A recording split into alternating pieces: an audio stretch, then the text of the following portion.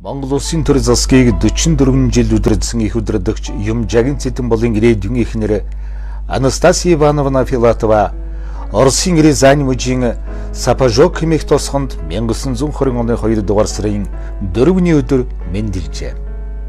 Филатова думынхан эртнээс Оросын нутагт ирж Рязань мужид суурьсан грекийн Филакта удмаас үүсэлтэй гэдэг. Түүний авга эгч Анна Филатова газар тариалангийн багаж хэрэгслийн үйлдвэрлэл эрхэлдэг тосгондоо нөлөө бүхий эрх дарахтай нэгэн байлаа.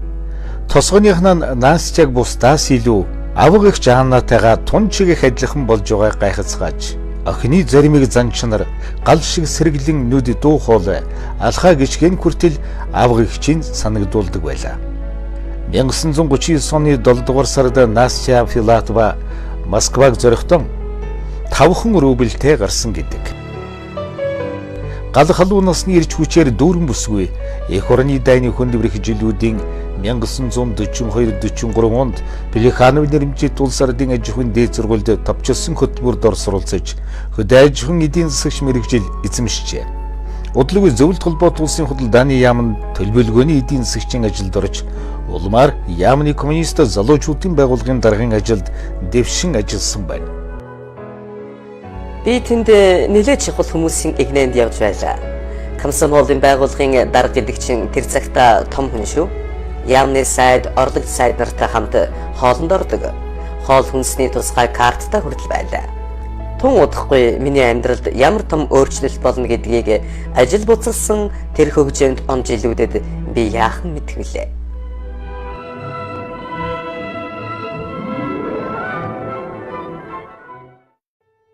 Чөлөө заваараа Настя өөрийн том эгч Аннагийн гэрээр орж гардаг байлаа.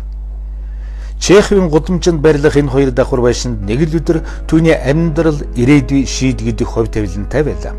Учир нь эгчийнх нь хажуу өрөөнд Маршал Чойбисны зөвлөхөөр Монголд томилогдсон намын ажилтан Николай Важновын гэр бүл нүүж иржээ.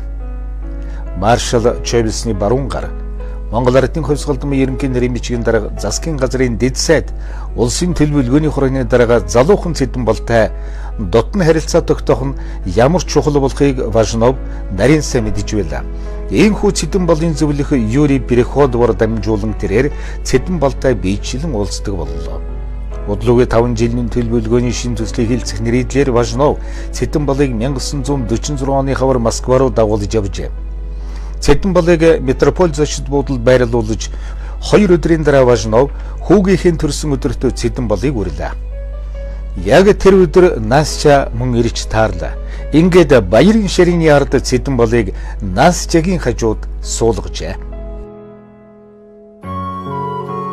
Найр хөгжиж хүмүүс дөргиж эхлэх мөчид Важновын 7 настай хүү Юра Гевгенет бид хоёр дээр гүйж ирээд үнсэлцгийгүүд бүгд дэмжин уйхаллаа.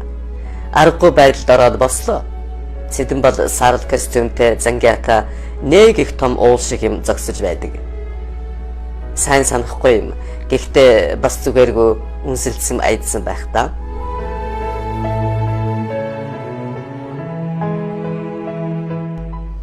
(1947 оны 100 Ярославскийн өртөөн дээр Цэтэнбол Настя 2 Маршал Чойбисын гугтан авлаа. Чамайг ашгүй нэг эхнэр авсан гэж дууллаа. Хоримын зардыг чинь би даана гэж Цэтэнболд хэлснэ. Маршал Настя руу харлаа. Сталины дотны хүн гэгддэг тэр хүчрэх хүн ширүүн догшин харцаараа миний бодлыг унших шиг намайг цоор ширтлээ. Цэтэнбол руу хандах бүрдээ нүдэн гэрэлтэж элэгсэг зөөлөн болохыг нь олж хараад би саялныг тайвширсан юм.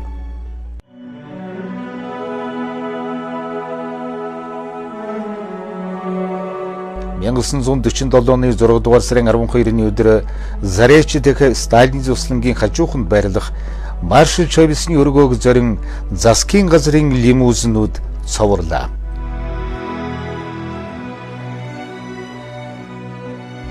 Маршалын өргөө жинхэнэ орд хар шиг тансаг байлаа. Нийжгэнсэн сүртэй хорин болж халамтсан генералууд бид хоёрт аз жаргал хүсэж үнтэй болор хундагнуудыг шалан дээр тас хийтэл хаглах бүрээд миний доктор арзаах шиг болж байв. Москвад ирэх бүрээд нь маршалын бүх зарлыг зөвлөлтийн засгийн газар даадаг байж.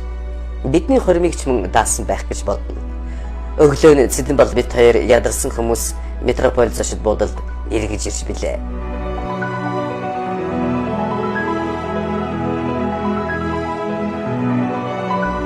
Москвагаас Улаанбаатар хүртэлх нислэгийн туршид би цонх ширтэн суулаа. Цэдэн бол дэргэд тайван нойрсож байлаа. Би ер нь хаашаа ямар газар очих гэж байгаа билээ гэдэг бодол намайг шаналгаж айдас төрүүлэх шиг болж байлаа.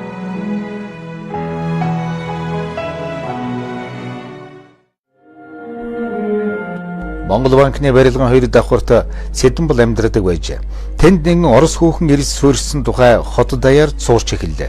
Тун удалгүй Монголын хээр талаар залуухан намын дарга маань орос эхнэр дагуулж ирсэн гинэ. Цэдэн бол халахын сайхан бүсгүй дуучин цогцолмоотой суух гэж байтал маршал улс төрийн хүнд урлагийн хүн зохихгүй гэд болиулсан болохоор орос эхнэр авч гинэ гихчлэн өнө мөнхийн домог болсон ярэ Монголын ард түмний дунд дэлгэрчээ.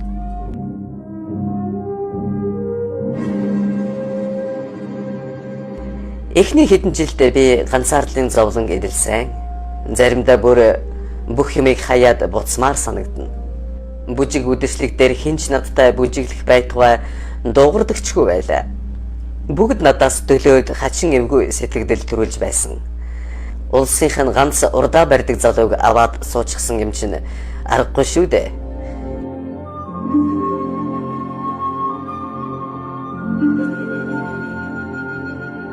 Монгол хүний ёс заншлыг огт мэдэхгүй залуухан орос эмэгтэйд энэ бүхэн ангид өөр ертөнц мэт санагдаж байла.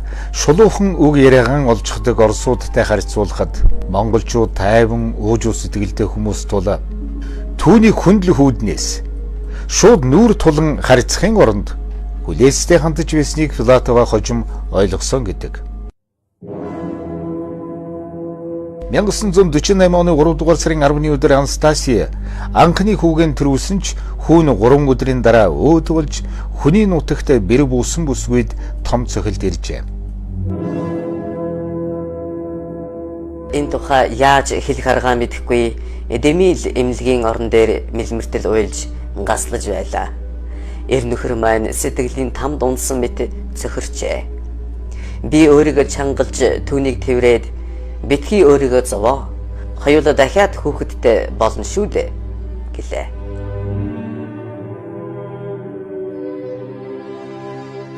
(1949) оны намар том хүү Владислав 7 жилийн дараа отхон хүү зориг нар мэндэлж Цэдэн бол Анастасия нарын хувийн амьдрал сая нэг аз жаргал баяр хөөрт өмбөж байлаа.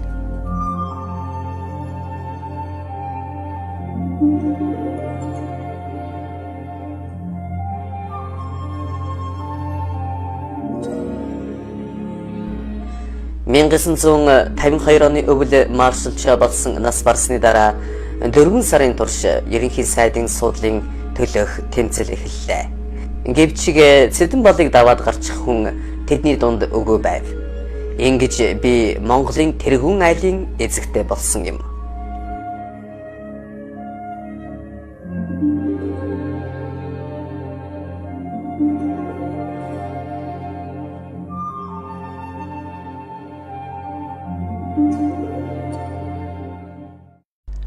Кутузын өргөн чөлөөний Украин зочид уудлын хажууханд байрлах Кремлийн өдрөдөгчдийн эхнэрүүдийн хувцсыг ойж бэлддэг тусгай эдлийн газарт Монголын тэргүүн хатагтай онцгой нэр хүндэтэй байжээ. Филатова Европ хувцасны загвар шийдлийг оновчтой сонгох, түүнийгээ алт мөнгөн эдлэл зүйлтэй чимгэлэлтэй гоёмсог хослуулах тал дээрэн загварын мэрэгжилтнүүдийг бишрүүлж чаддаг байлаа. Нэг удаагийн хүлээн авалтан дээр Францын элчин сайд та нар хэрхэн гоёмсог зөв хувцлах ухааныг хатагтай Цэдэн болоос л суралцах ёстой гэж хэлсэн Кремлийн эхнэрүүдийн чихийг донслогжээ. 1961 онд үүднээсэн Монголын анхны 5 одоотой Улаанбаатар зочид буудлыг барих санаачилгыг Анастасия Филатова анх дэвшүүлж зөвлөлтийн шилдэг архитектор барилгын инженерүүдийг татан оролцуулсан байна. Филатова зочид буудлын хүлээн авах зал, рестораны зураг төсөл дээр биечлэн ажиллаж байжээ.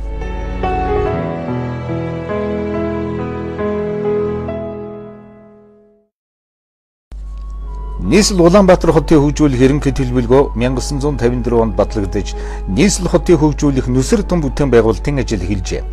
Энэ ажлын хүрээнд их тэнгэр, Яарамгийн замын хоорондох 100 га газарт цэцэрлэгт хүрээлэн байгуулахаар товлсон байсанд Филатова хүүхэд залуучуудын орчин үеийн парк байгуулахыг санаачилж, барилга тогтчуулалтын ажлыг зохион байгуулж, биечлэн удирдах явуулснаар Монголын нийгэм соёлын амьдралд Филатова ийхүү анх орж ирсэн түүхтэй. 1961 оны 7 дугаар сарын 10-ны өдөр хүүхэд залуучуудын парк нээлттэй хийж төр засгийн удирдагчид оролцожээ.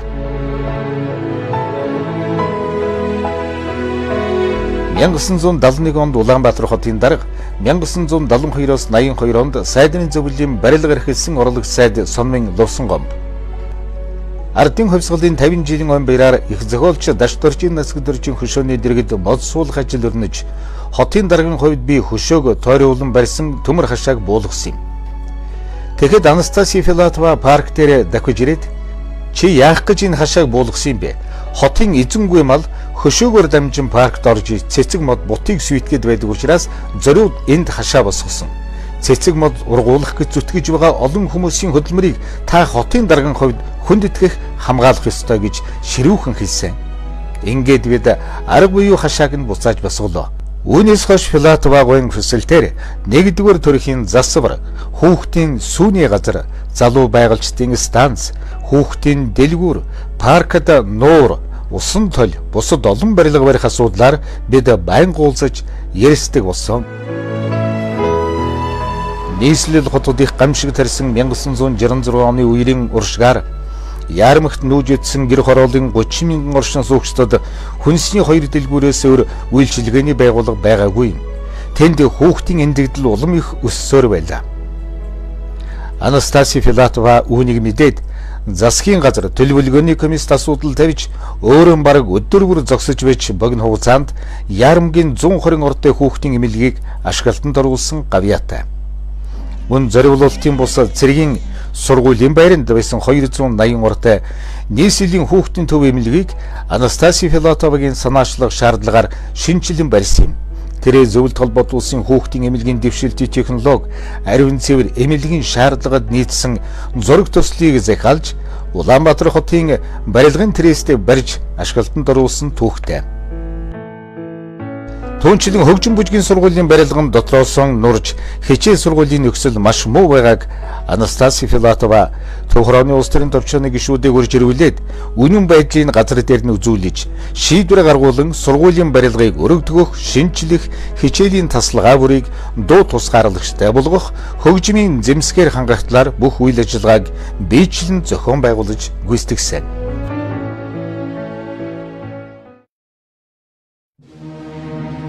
Зөвлөлт холбоот улсын төрийн тэргүүн Леонид Ильич Брежнев дэлхийн их гүрний удирдагчийн хувьд Монголд элэгтэй нэгэн байлаа. Брежневийн бэлгэлсэн 3-4-р хороолол Монголын үйл түвшний хэвлэлүүдийн соёлын төв ордон, шинжлэх ухаан соёлын төв ордон, нийслэл хотын чимэг болон үлджээ. Брежнев энэ их үйл хэргийн эзэн болж түүхэнд бичигдсэн ч түүнийг Монголын ард түмэнд ийхүү харамгүй тусалсан үйл хэрэг чиглүүлсэн хүн бол чухамдан Монголын төрийн тэргүүний эхнэр Анастасия Цэдэнбал Филатова байжээ.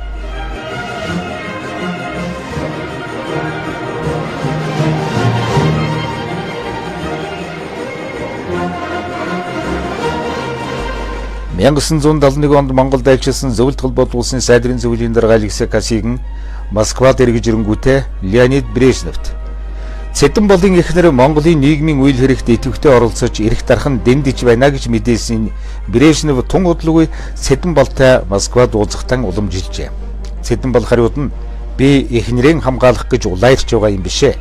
Анастасия Ивановна манай хүүхэд багчуудын төлөө маш их үйл хэрэг бүтээж заримдаа албаны хүмүүстэй зөрчилдөх тал бий. Зөрчилдсөн хүмүүс нь залхуу хойрыг боловсрол чадах муутай хүмүүс байдгийг анхааралдан авах хэрэгтэй. Цайлган хүн болохоор дутагдлын хүнд шулуухан хилжигдэг эрэмгийн зантай хүн л дээ. Манайх цөөхөн хүн амтай улс. Дайчин ширгуу хүмүүс их дутагдж байна. Улс орны маань хөгжил Европын социалист орнуудаас хамаагүй хоцрогдонгүй байна. Үүн дээр л таныг их туслахыг хүсэж байна гэж Брежневт шулуухан хэлсэн гэдэг.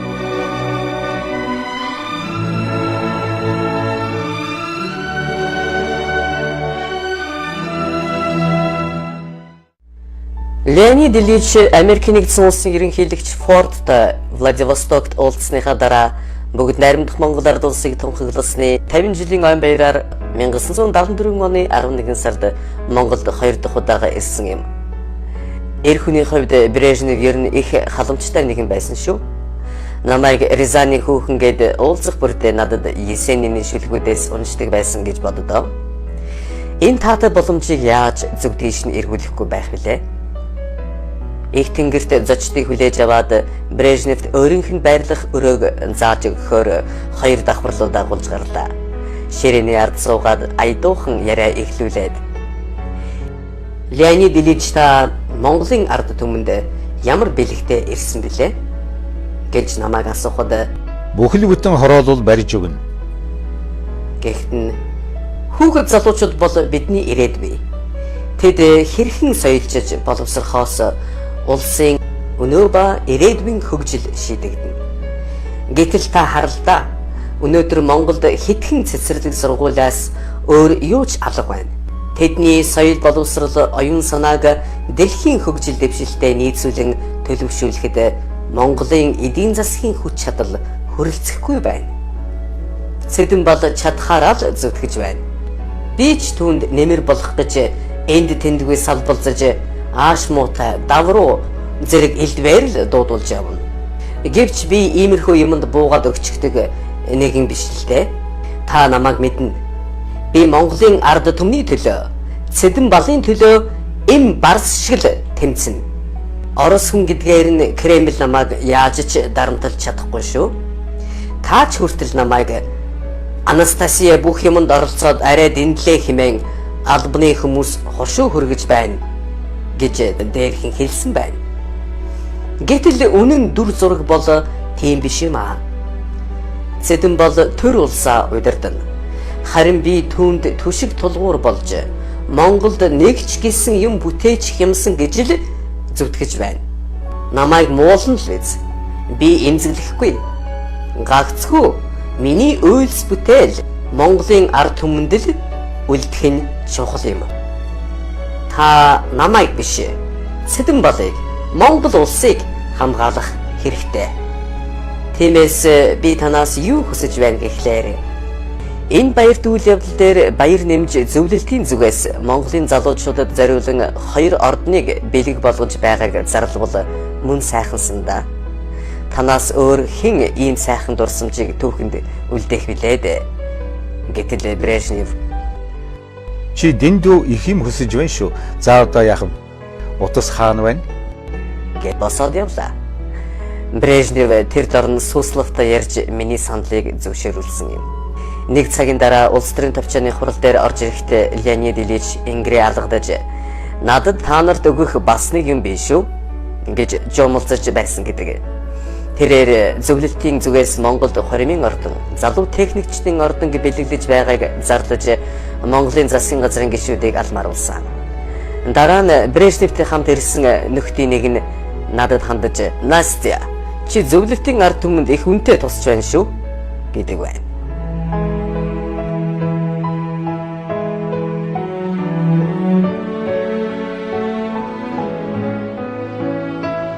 Иймхүү Монголын үр хүүхдүүд эхчүүдийн сайн сайхны төлөө 10 гаруй жил тууштай зүтгэсэн их хөдөлмөрийн үр дүнд 1972 оны босгон дээр Филатова ганц төрийн тэргүүнийх нэрийн хувьд ус нийгмийн зүтгэлтний хувьд Монголын нийгэм соёлын амьдралд өөрийн зүй ёсны байр суурь эзэлсэн байлаа. Түүний үндэслэн байгуулсан хүүхдийн төлөө фонд нь Аз Тэвдийн анхны хүүхдийн төлөөх сайн дурын байгууллага болсон юм. Монгол Ардын хувьсгалдмын төвөрөө сайдрын зөвлөлөөс 1973 оны 10 дугаар сарын 25-ны өдөр хүүхдийн төлөө фондод хөрөнгө хуримтлуулах талаар гарсан санаачлагыг дэмжих тухай тогтоол батлагдаж хүүхдийн төлөө фондын үйл ажиллагаа жигдэрч улс нийтийг хамарсан өргөн далайстай бүтээн байгуулалтын үйл хэрэг болсон түүхтэй. Хүүхдийн төлөө фондууд хөрөнгө босгохын төлөө улс даяараа хөтлөж, хагас бүтэн сайнны амралтын өдрүүдээр ажиллаж, хүүхдийн төлөө фондын хөрөнгөөр барьсан анхны 140 хүүхдийн цэцэрлэг нийслэлийн Сүхбаатар дүүрэгт нээгдсэн тэр өдрөөс хойш Монгол улсын 18 аймаг Улаанбаатар, Дархан хотуудад нийтдээ 60 гаруй цэцэрлэг ясэл барьсны дараа залуу техникчдийн ордон, гэрлэх ёслолын ордон, хүүхдийн ордон, залуучуудын ордон, усан бассейн, хүүхдийн сүүний үйлдвэр, хүүхдийн төв эмнэлэг, өнчин хүүхдийн асрамжийн газар, туяа ресторан, хүүхдийн театр зэрэг соёл, боловсрол, эрүүл мэндийн цогц барилгуудыг 1972-оос 84 оны хооронд барьж байгуулсан билээ. Монголын хүүхэд багчуудын төлөө их үйл бүтээсний хариу түүнд 1978 онд төрийн сойрхол хүртээжээ. Был создан детский фонд нашей республики. Руководит работой Центральной комиссии детского фонда заслуженный деятель культуры, лауреат государственной премии МНР Цидымбал Филатова.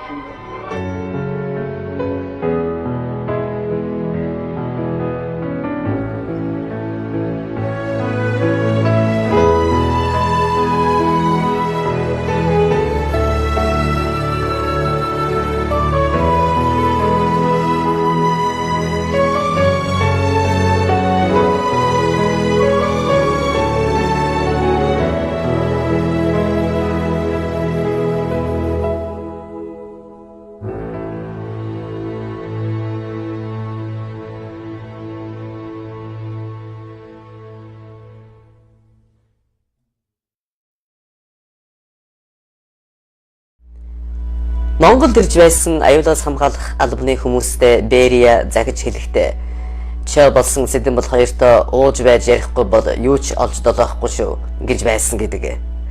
Нэг өдөр аюулаас хамгаалах байгууллагын зөвлөх Литвинов надад нууцаар хэлэхдээ "Миний өмнө ажиллаж байсан Пастухов надад Цэдэнбалын дэргэд өргөлж архитаа явж бай.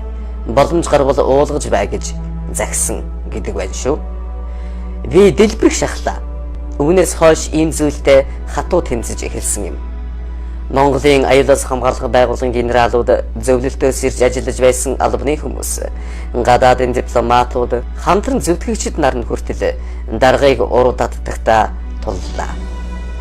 Би бүр цөхрөнгөө алдаж нэг өдөр тесэрч улс төрийн төвчөөний хэдэн хүмүүсийг хамт байхад нь "Та нар Цэдэнбалыг атсан шалаанд оруулж байна" гэж орилж гарлаа. Моломж онцроо хараад "Чи Цэдэнбалын суудлын дээр суух гэж түүнийг архичин мэтээр энд тэндгүй худал хов зөөж явдаг биш үү? Та нарын дунд Цэдэнбалтай энд үцэх хүн нэгч байхгүй. Тэр бол дэндүү том хүн. Харин та нар хэн юм бэ?" гэж бие барьж чадалгүй давшиллаа. Дараа нь тайвшраад арайч дэндүүлчих үүдэ гэж бодлоо. Маргааш нь самбуугай намайг дуудаж байна. "Чиний хэлдэг зөв үү? Гэхдээ тийм аргаар биш" гэж анхаарууллаа.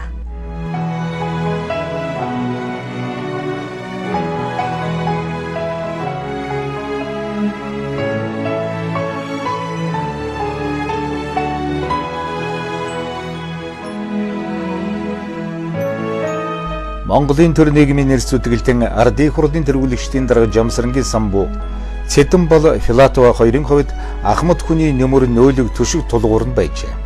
Тиймээс самбуугай Цэдэнбал Филатова хоёрын хиндэж хэлэх үгээ нийн үгүй хэлдэг цөөн хүний нэг нь байлаа. Филатовагийн хувьд самбуугай хүндлэх, түүнээс имэж, дэрэгдэн бие зүй зөкстэй авч явахыг ямагт хичээдэг байлаа. Нэг ёсны түүний цайлган давилуун аагийг дарж жолоогийн татдаг ганц хүн нь тэр цагт самбуугай байжээ.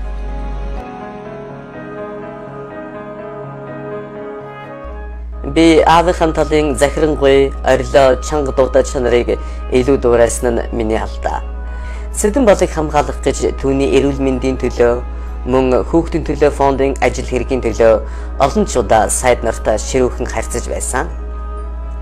Энэ буруу ч гэсэн ажил хурдан явдаг байсан юм. Монголчуудын нэг том дутагдал бол альва зүйлийг цагт нь хийж дуусгахгүй. Үргэлж маргааш гэж хойш нь тавьдаг нь намайг заримдаа галзууруулдаг байсан.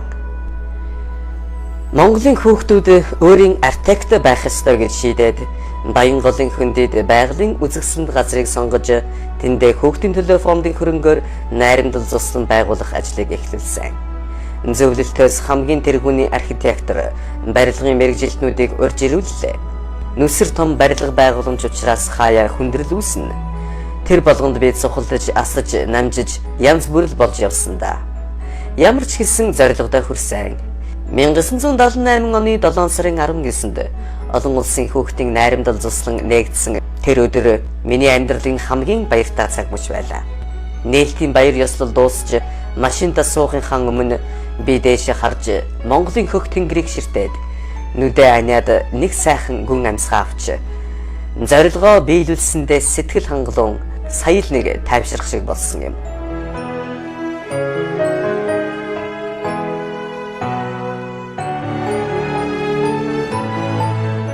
Филатовагийн үйл хэргийн охин лайв болсон олон улсын найрамдал зусланд Сумогийн их аварга давг доржийн санаачилгаар Анастасия Филатовагийн хөшөөг 2006 онд босгожээ.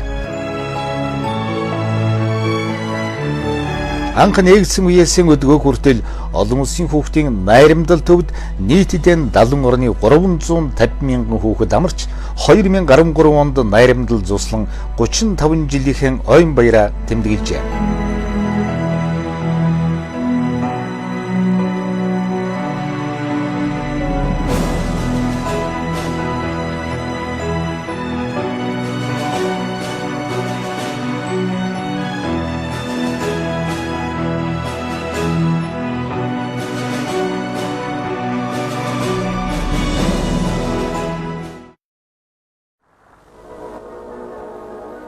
Босод улсын олон улсын сонгодог үжигийн урал дааны шагналтан бүгд нарийн Монгол ард улсын гавь жүжигчин оюун ардын жүжигчин Гамбат. Анастасия багада балетын бүжигчин болох хүсэлд хөдлөгдөж бүжүүн жүжигийн бэлтгэлд явж байсан гэдэг. Тэрээр Монголын урлаг соёлыг зүй ёсоор нь хөгжүүлэх тал дээр их анхаарал тавьдаг байлаа. Монголын болон ахад улс социалист орнуудын соёлын өдрүүдийг харилцан зохион байгуулах ажлыг Филатова 1971 оноос эхлэн санаачилж, манай урлаг соёлыг гадаадд өргөн далайстай сурталчлах үйлийг ийхүү эхэлсэн бөгөөд их удирдаач чулууны удирдсан найрал хөгжмөдөр манай алдарт дуучид загд сүрэн нор банцад бүрв доржноор анхудаа их театрын тайзнаа дуулсан түүхтэй. Монголын соёл урлагийн хөгжил дэвшилд оруулсан их хувь нэмрийн үнэлэн 1976 онд Анастасия Филатовад соёлын гавьяа зүтгэлтэн цол хүртээжээ. Би Монголын соёл урлагт ухаангүйд оролцсон юм. Занварзрын дарихийн цотгомлууд бол ганц Монголын төдийгүй дэлхийн урлаг соёлын дээж юм. Занварзар бол Монголын Микеланжело гэж би үздэг. Нэг өдөр зураач Чүлтэм надад Монголын сүм хэд Бурхадын зээгт наамлын цуглуулгаар үзүүлсэн юм. Үнэхээр гайхамшиг. Би түүнд үзэсгэлэн гаргах хэрэгтэйгээд дэмжтэл зарим албаны хүмүүс хорсон. Тэгэхээр нь чи Цэдэн балыг урьж ирүүлээд толиулах хэрэгтэй гэсэн. Цэдэн бал үзчихэд энэ чинь манай соёлын үнэт өв шүү дээ гэж үнэлж байсан. Тун удалгүй 1966 онд зураач Чүлтмийн 300 орчим цуглуулга дээр суурилсан Занбазрын нэрэмжит дүрслэх урлагийн музей байгуулагдаж билээ. Монголд сонгодог дуурийн урлаг үүсч хөгжөөд хагас 100 ч болоогүй байхад тэдний дунд ямар гайхамшигтай дуучин байсан билээ дээ. Чайковскийн консерваторийг төгссөн загд сүрэнг би биширдэг байлаа. Горхны жирэлдсэн урсгалыг дагаад алтан гургалдаа дуулах шиг тийм гоёмсог тансаг хоолойтой сопрано.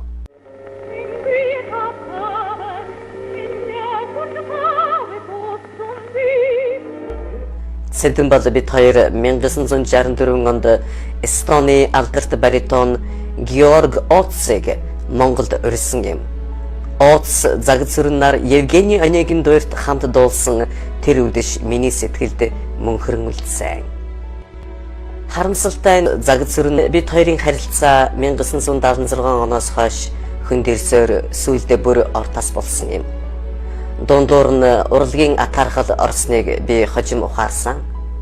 Харин тэр үед сайн учрыг нь ололгүй явсаар амьдрал миний хүсэл мөрөөдлийг сөөрүүлсэн юм.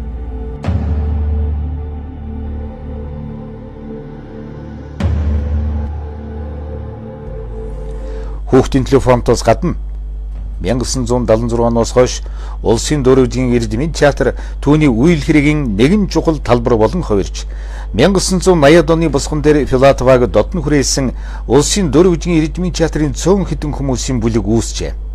Тэд Филатовагийн эрх дарахаар далайлган Ахмад үеийн уран бүтээлчдэн чамгүй дарамтлж театраас хөөж оронд нь өөрсдөн алдар цол тэргүүлэх байр суурийг олж авсан хуншгүй явдлууд нэг бус удаа гарч байсныг манаар дотмон өдгөө сайн мэднэ.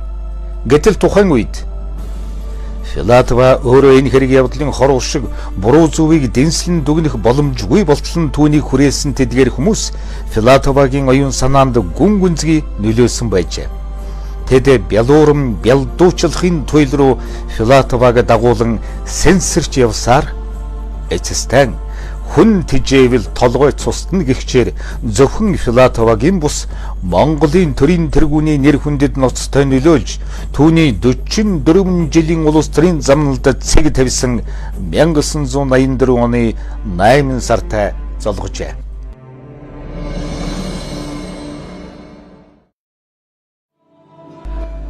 Хүний хорвоо юутай гаслан тавь очиж түүний хамгийн дотны хайртай Брутус Цэсарыг хутгалж алжээ.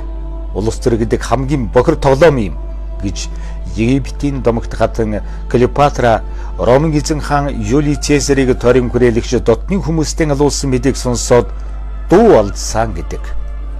Юлий Цэсарын гинтийн үхлээс огтд утахгүй Сэдэн балын удаан үхлийн эмиг нээлт үйл явдал Монголын түүхэнд 1984-өөс 1991 оны хооронд өрнөж Монгол зөвлөлтийн дээд удирдлагын хамтарсан хувилданаар 1984 оны 8 дугаар сарын 13-ны өдөр Юмжаагийн Сэдэн балыг албан тушаалаас нь авч хайсан шившигт үйл явдлаар эхэлжээ. Сэдэн балыг дөргөл үедэн байх цагт Филатова тухангүй долгонож бараагийн хараад сүрддэг байсан Кремлийн эмч Евгений Чазов энэхүү хувилдааны арыг дааж Сэдэн балын эрүүл мэнд дээрс муудсан тул ажил хийх чадваргүй болсон хэмээх хуурамч дүгнэлт гарган Москвад удаан хугацаатай эмчилүүлэх хэрэгтэй гэсэн зааврыг Монгол зөвлөлтийн удирдлагад хүргэжээ. Ийхүү Сэдэн балын эмгэнэлтэй гашуун сүүлчийн 7 жил эхэлсэн түүхтэй. Ихроносон удаан хугацаатай хол байж байнга санагалцсан хүсгийн зовлон эрүүл мэндэд нь муугар нөлөөллөө. Таслагаандан сууж уйтгартай харцаар Москвагийн баргар бүрхэг тэнгэрийг ширтэн сууга хөөрхий аав минь өрөвдөм дүр зураг нүдэнд харагдах шиг байнга энд манай Монголын шиг цэлмэг хөхөд тэнгэр ёор харагдахгүй юм гэж хэлдэгсэн хэмээн отхон хүү зориг нь сүүлчийн 7 жил номдоо дурсан бичжээ.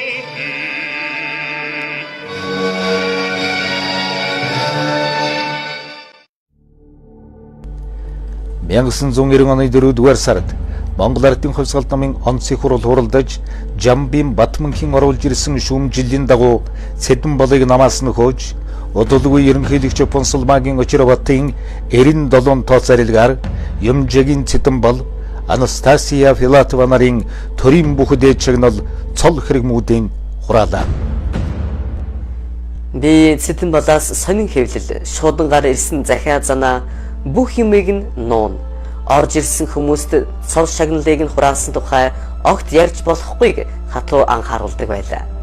Гэтэл нэг өдөр гүр бадам орж ирээд намайг анхааруулсаар байтал бүгдийг баллаж хайсан юм. Элчин сайд Гүрбатам. Би Сэдэн болдоргод Улсын Баатар, Хөдөлмөрийн Баатар, Маршал цолын хураасан тухай мэдэгдэхэд дарга юу ч дууралгүй шал өөр сэдвээр яриад эхэлсэн. Дараа нь мөн намаас хөөгсөн тухайд нь хэлэхэд намаас хөөсөн хэрэггүй. Тэр чинь тэгвэл миний нам биш байна гэж хэлээд мөн л шал өөр сэдвээр яриад эхэлсэн.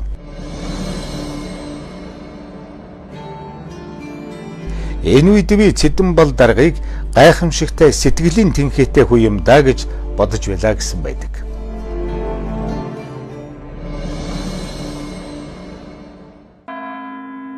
Мянгасан 1991 оны 4-р сарын 21-нд их удирдагч Юмжагийн Сэдэн бол тэнгэрт хальж загсан ёсоор их нутагт нь авчирч 1991 оны 4-р сарын 29-нд эцсийн замд нь үдлээ. Хүний хоровоод 50 жил амьдралан хамт туулсан эр нөхрөө бурхны оронд үдэж асгарсан нулимсан арчиж амжаагүй байхад нь бүгд наримдах Монгол Ард улсын прокурорын газрын онцгой хэргийн мөрдөн байцаагч нар Анастасия Ивановна Филатоваг байцаажээ. Хүүхдийн төлөө фондыг тэргүүлэн ажиллахдаа би Монголын ард түмний эрх ашигын төлөө хүүхэд багчуудын төлөө тууштай зүтгэсэн. Миний үйлс бүтээлийн үршим Монголын хөрсөн дээрлүүлсэн. Би хүүхдийн фондноос хизээч юу ч авч байгаагүй. Мөнгө зарцуулалттай холбоотой асуудлыг хамтран шийдвэрлэж, баримт бичиг Монгол дээр бичигддэг байсан тул би 3 урлагчаа гарын үсэг зурсны дараа зурдаг байсан. Миний эр нөхөр дэндүү даруухан байсан. Түүнд 2 дахь удаа Баатар цол олгох гэхэд тэр эрс эсэргүүцэж Баатар хүн зөвхөн нэг л удаа байх ёстой гэж даваагүй. Мөн түүнийг маршал цол авахгүй гэж байхад нь мөн л олгосон. 2 хүн ажилгүй болж 1996 оноос Анастасия Ивановнагийн эрүүл мэнд нь эрс доройтож Монголоос олгож байсан ядмагхан тэтгэврээр амьдрахаас өөр замгүй болсон байлаа. 1999 оны хавар томхоо Владислав нь генетэд таалал төгсөж амьдрал ахуйн хүн дээрх нөхцөлд байгааг олж мэдсэн Монголын хүүхдийн байгууллагын ажилтнууд Анастасия Ивановнад мөнгөн тусламж үзүүлэх сайн дурын аян өрнүүлж хуримтлуулсан мөнгийг хүүхэд залуучуудын байгууллагын төлөөлөгчд төвшин оюун чимгнэр Москвадах гэрт нь ирж хүлээлгэн өгчээ. Энэ нь Монголын ард түмнээс түүнд хүргэсэн хамгийн анхны бөгөөд эцсийн чин сэтгэлийн тусламж байлаа. 1645 долларов и 4000 рублей. Все у нас. Правильно? Правильно? Правильно. Батерами. Чтобы они все были батерами. Какой сегодня марта? 12 марта. 12-го. Сегодня 12 марта. 12 марта. 2001 оны 10 дугаар сарын 21-ний өдөр тэрээр 10 жилийн өмнө эр нөхрийнхэн таалал болсон Күн Цэва гудамжны төв клиникийн эмнэлгийн яг л тэр өрөөнд мөнх усыг үзүүлжээ.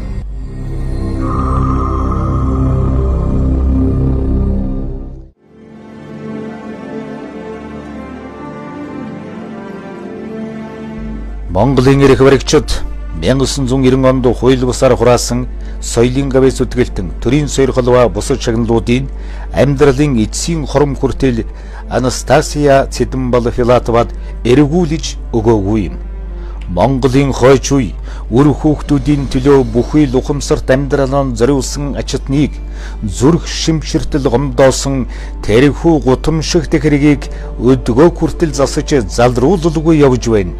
Өөрийн их хөдөлмөр үйлс бүтээлээр хүртсэн Анастасия Сэдэн бол Филатовагийн соёлын гавьяас үтгэлтэн төрийн сойрхол болон бусад шагналуудыг түүнд зүй ёсоор сэргэн тогтоох нь хүнлэг нэрэнгүй шудраг нийгмийг байгуулж байгаа манай ард түмний хүсэл зорилгодоор нийцсэн том үйл хэрэг болох ёстой.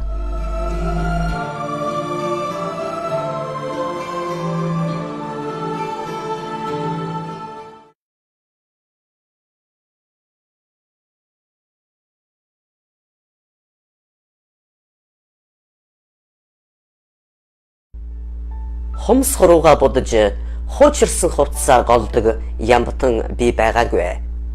Цэдэнбалыг хүрээлж Монгол улсын сэргэн мандалтын төлөө зүтгэсэн хүмүүстэй мөр зэрэгцэн хөдөлмөрлөж, туйлын хоцрогдлоос дэлхийд нэр нүртэй орчин үеийн улс болгох түүхэн их үйл хэрэгт өөрийн багч болов хувь нэмрийг оруулсандаа би өөрийгөө их хувьтай хүн гэж боддог. Төрийн тэргүүний эхнэр хүн зөвхөн сайхан харагдах биш.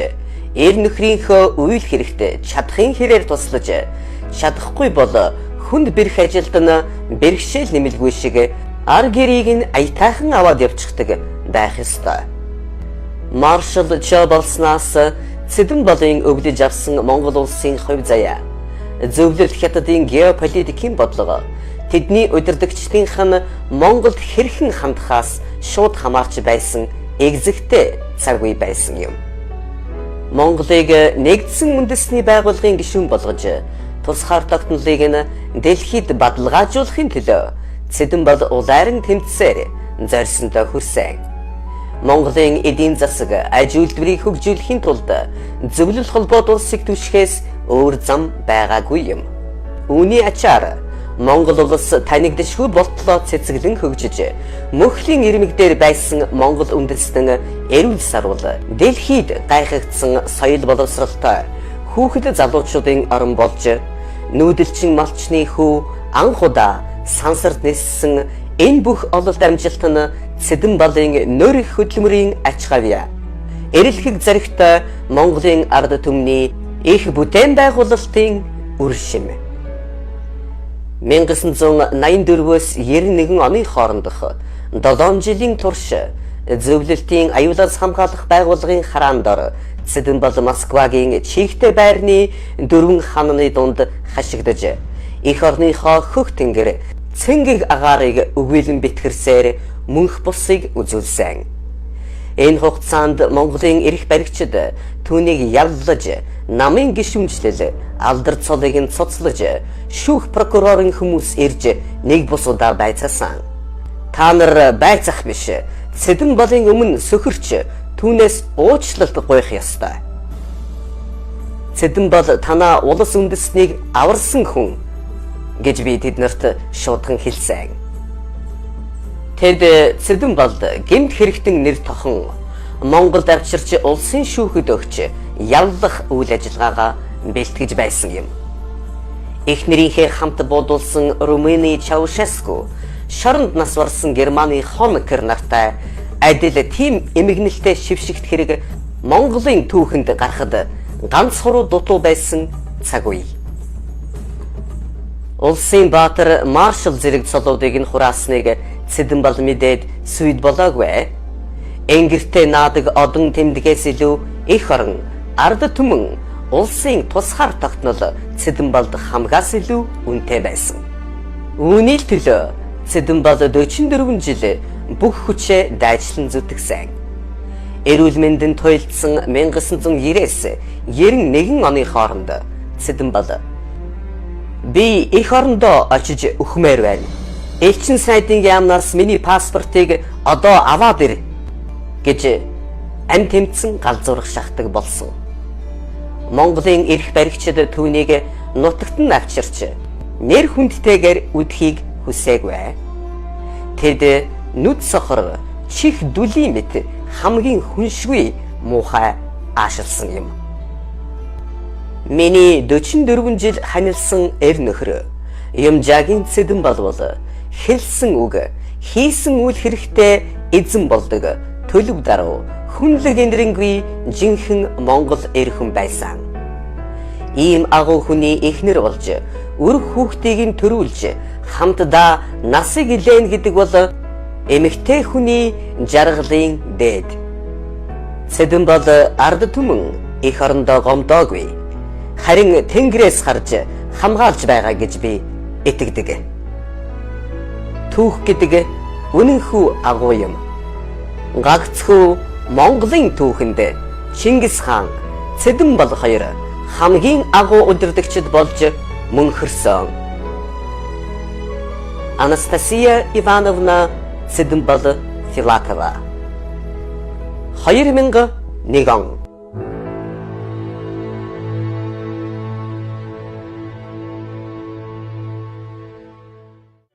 Гэртээ 1947 оны халуун зунаар зориг шулуудан Азийн Монголыг зорж Цэдэн балын эхнэр болж ирсэн тэр нарийнхан туранхай Орос бүсгүй өөрийн мохшгүй эр зориг дайчин шаргуу хөдөлмөр тэмцэлээр 20 дугаар зууны Монгол улсыг соёлжуулан гэгэрүүлж хүүхэд багчуудад буян үйлдсэн өнөмөнхийн гавья байгуулаад зогсохгүй Монгол улсын их түүхэнд алдар нэрэн тамгалаад буцажээ.